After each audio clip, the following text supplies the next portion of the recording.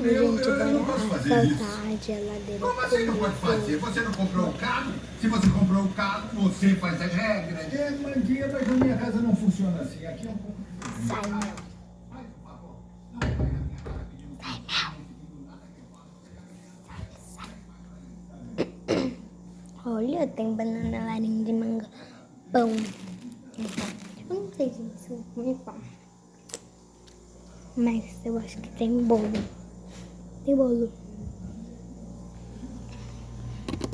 Tem bolo, leite. Gente, tem isso. Frutas. Eu acho que eu vou comer pão. Ai, eu não sei se eu pego coalho ou delícia. Pega a delícia. Que já tá acabando mesmo a delícia.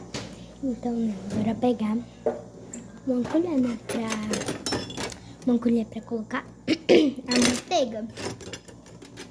Você pode comer pão sem manteiga. Ou uma colher e...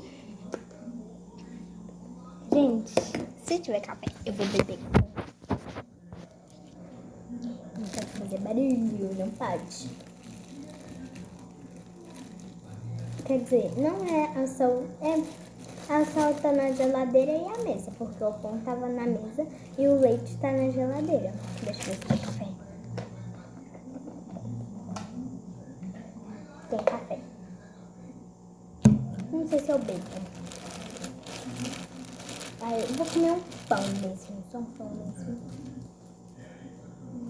Um prato. Já esquecendo de vocês, né? Mano, vai ter que lavar o prato. Espera aí, viu, gente? Vou voltar já com o prato limpo. Gente, já voltei, né? Com o pratinho limpo. Então, bora lá, né?